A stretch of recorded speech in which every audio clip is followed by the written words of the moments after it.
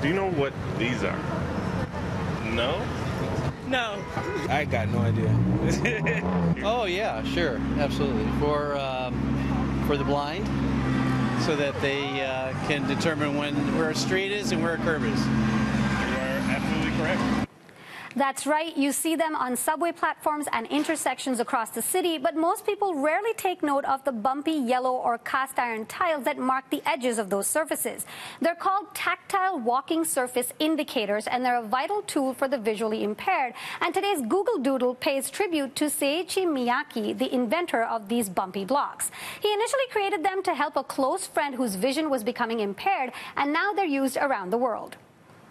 Now, here in Toronto, the city began installing tactile paving at the edges of intersections in 2014. Now, while they're very helpful and important at the edge of subway platforms, David Lepofsky, chair of the Accessibility for Ontarians with Disabilities Act Alliance, says they are not all that helpful at intersections because of another problem that needs to be addressed. One huge problem, and it persists in this city, is that the corners are rounded. What they often have is a big sweeping curve, and I'll tell you why it matters.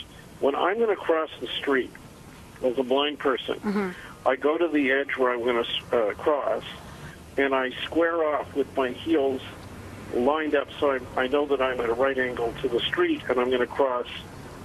I'm not going to walk in a diagonal into the middle of the intersection. Well, that requires a right angle intersection. Where it is rounded, as they regularly are, I can't square off against it because it's rounded, and the tactile warnings don't help you. You can find more about tactile paving and accessibility concerns in Toronto on our website, citynews.ca.